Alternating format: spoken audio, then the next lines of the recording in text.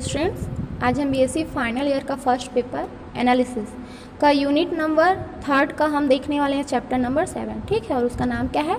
सम्मिश्र फलनों की सांतत्य एवं विश्लेषिक फलन, continuity of complex function and analytic functions. ठीक है, तो इसमें कुछ डेफिनेशंस यूज़ हो रहे हैं, उस डेफिनेशंस के मैं सिर्फ यहाँ पे फॉर्मूलेज आपको बता रही हूँ।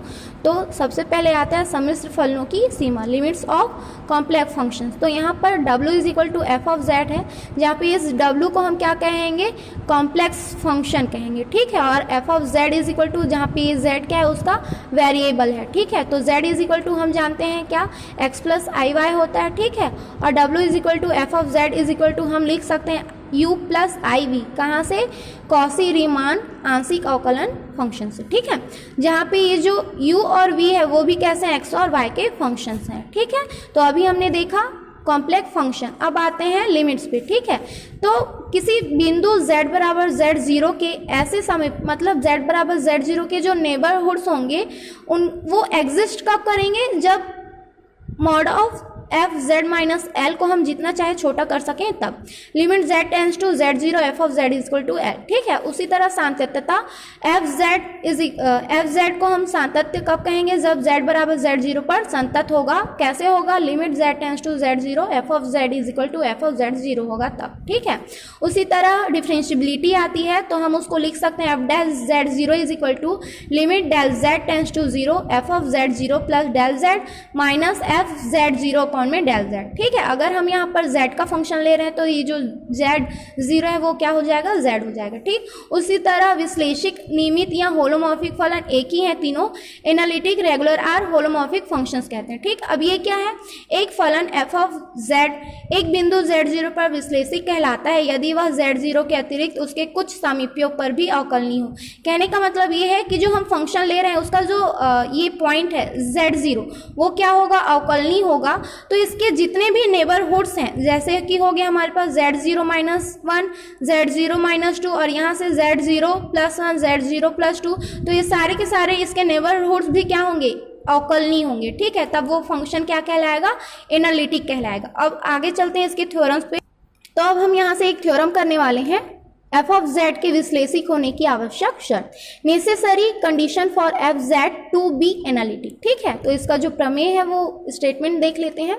फलन f z is equal to u of x y plus i v of x y के विश्लेषिक फलन होने की आवश्यक शर्त है कि डोमेन डी की किसी बिंदु z बराबर x प्लस आई वाई पर चार आंशिक फलन ux, uy, vx तथा vy विद्यमान हो तथा निम्न समीकरण संतुष्ट हो। ux बराबर vy, uy is equal to minus v x. ठीक है, हमको ये लाकर क्या करना है? दिखाना है, प्रूफ करना है। ठीक, तो आगे चलते हैं इसके प्रूफ की ओर। तो प्रमाण, माना कि यहाँ पर आप दिया है भी लिख सकते हो क्योंकि आपके क्वेश्चन में ऑलरेडी ये दे चुका है। ठीक है, तो माना f z is equal to क्या है? U of x y plus i v x y domain d के किसी बिंदु z पर विश्लेषिक फलन है, तब अवकलनीयता की डेफिनेशन से f dash z is equal to क्या होगा? Limit del z tends to 0 f of z plus del z minus f of z upon में डेल जेड। ठीक, हम इसको इक्वेशन नंबर 1 दे देते हैं। अब हम जानते हैं कि z बराबर क्या होता है? x प्लस आई वाई होता है। हमको किसकी जरूरत पड़ेगी? यहाँ पे z की जरूरत है, z प्लस डेल जेड की जरूरत है। ठीक है, तो हम क्या करते हैं? डेल जेड निकालते हैं। z की function x plus i y है, तो del z is equal to क्या हो जाएगा? Del x plus i del Y. ठीक है, अब क्या करते हैं? हम इन दोनों को ऐड कर देते हैं, तो हमारे पास आ गया z plus del z is equal to x plus i y plus del x plus i del Y.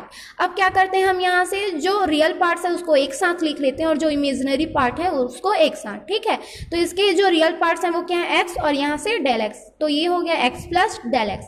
ठीक, प्लस इमेजिनरी पार्ट्स को एक साथ लिख लेते हैं, i कॉमन है तो i इंटू में y प्लस डेल y। ठीक है, ये हमारे पास आ गया z प्लस डेल z।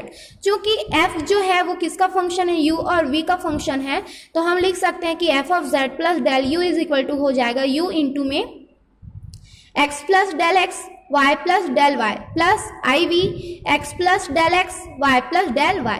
इन सारी वैल्यूज जो हमने निकाली उसको कहाँ पर रखते हैं? इक्वेशन नंबर 1 में। ठीक है, तो f dash z is equal to limit del z tends to 0, यहाँ से u of x plus del x y plus del y plus i v x plus del x y plus del y minus u of x y plus i v x y upon में del z. ठीक है, अब del Z की value हमारे पास इतनी है, उस value को हम क्या कर देते हैं, नीचे पुट कर देते हैं। तो ये del x plus i del Y, इसको हम इक्वेशन नंबर 2 देकर छोड़ देते हैं। ठीक है, अब क्या करना है, हमको कुछ पाथ निकालने हैं।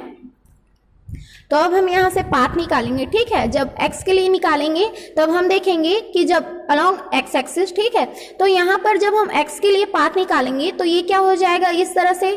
ठीक है, x के रिस्पेक्ट में करेंगे, जो भी अलोंग x एक्सिस करेंगे तो क्या होता है, x के समांतर ही आता है। ठीक है, तो ये यहाँ पर देखो ये क्या है, x के समांतर है, तो यहाँ पर y के जितने भी पॉइंट्स हैं वो क्या है, एक जैसे हैं। ठीक है, इसकी वैल्यू सेम है हर पॉइंट्स पे। ठीक, इंक्रीज कौन हो रहा है, x हो रहा है। ठीक है, अब तो यहाँ पर x एक्सिस के लिए देखते हैं तो y एक्सिस की वैल्यू क्या हो जाती है, 0 हो जाती है। तो इसलिए हम लिख सकते हैं del y is equal to 0। ठीक है, तो यहाँ से del z is equal to del x plus i del y, तो डेल y की वैल्यू कितनी हो गई, 0। तो हमारे पास आ गया del z is equal to del x।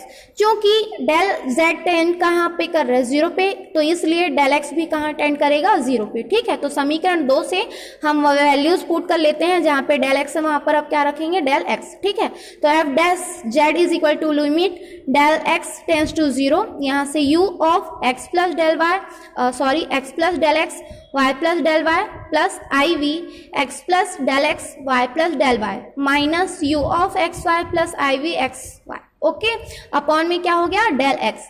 अब क्या करते हैं हम यहाँ पे, डेल वाई की जो वैल्यू थी वो कितनी हो गई, 0, तो उस वैल्यू को यहाँ पर पुट करते हैं तो हमारे पास जो वैल्यू आएगी वो क्या हो जाएगी, u x plus del x y. ठीक, डेल वाई की वैल्यू क्या हो गई, 0 माइनस एक्स वाई। अब हम यहाँ पे दो काम एक साथ किए हैं, एक तो डेल वाई की वैल्यू यहाँ पर पुट कर दें और दूसरा यहाँ से जो रियल पार्ट्स है और इमेजिनरी पार्ट्स है उसको अलग अलग कर दिए। ठीक है, तो ये हमारा रियल पार्ट्स और ये इमेजिनरी पार्ट। ठीक है, तो यहाँ से u of x y plus i, यहाँ से v x plus del x और y, यहाँ से डेल y की वैल्यू 0 हो चुकी है, माइनस यहाँ से v x y. Okay, upon में डेल एक्स। ठीक, अब क्या करते हैं, हम दोनों को अलग अलग कर देते हैं, मतलब रियल पार्ट्स को अलग और इमेजिनरी पार्ट्स को अलग।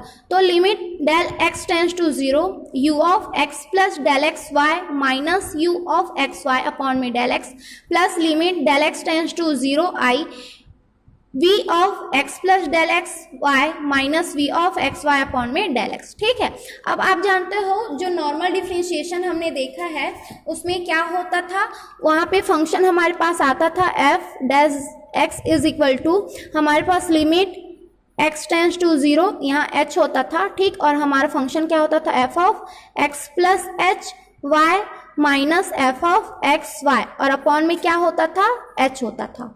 ठीक है, तो सेम यहाँ पर भी वैसे ही है, यहाँ पर किसके रिस्पेक्ट में हो रहा है, x के रिस्पेक्ट में, तो ये पूरे फंक्शन को हम क्या लिख सकते हैं, डी यू अपॉन में डी एक्स लिख सकते हैं। ठीक है, उसी तरह इसको भी i कॉमन है। ठीक, और ये वाला जो पूरा फंक्शन है उसको क्या लिख सकते हैं, डी वी अपॉन में डी एक्स। ओके, इसी तरह हम दूसरे पार्ट पे चलते हैं y के लिए। जब y पाथ लेंगे है ना अलोंग y एक्सिस, तो ये क्या हो जाएगा, जो भी ये है वो y के समांतर हो जाएगा। तो यहाँ पर जो x की वैल्यूज हैं वो क्या है, कांस्टेंट हो रही है। ठीक है, तो यहाँ पे जो डेल x की वैल्यू है वो क्या हो जाएगी, 0 हो जाएगी। ठीक है, देन यहाँ से आपकी वैल्यूज हो जाएगी del z is equal to del x की value 0 plus i del y। तो del z is equal to हमारे पास क्या आ गया, आई डेल y। ठीक है, चूंकि डेल z कहाँ टेंड कर रहा है, 0, तो डेल y भी कहाँ टेंड करेगा, 0 पे। ठीक, तो इस तरह से समीकरण 2 में वापस हम क्या करते हैं, इन वैल्यूज को पुट कर देते हैं।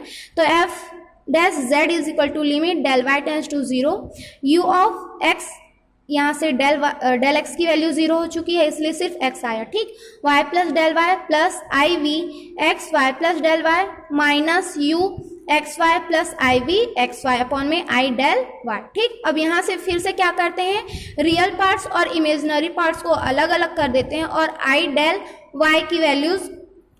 ठीक है, तो अब हमने यहाँ से क्या किया, रियल पार्ट्स और इमेजिनरी पार्ट्स को अलग अलग कर दिया। ठीक है, तो ये 1 upon i limit del y tends to 0, यहाँ से u of x y plus del y minus u of x y. ठीक, plus i v of x y plus del y minus v of x y upon में del Y. ठीक, इसको भी अलग अलग कर लेते हैं। Then 1 upon i limit del y tends to 0 limit ठीक है।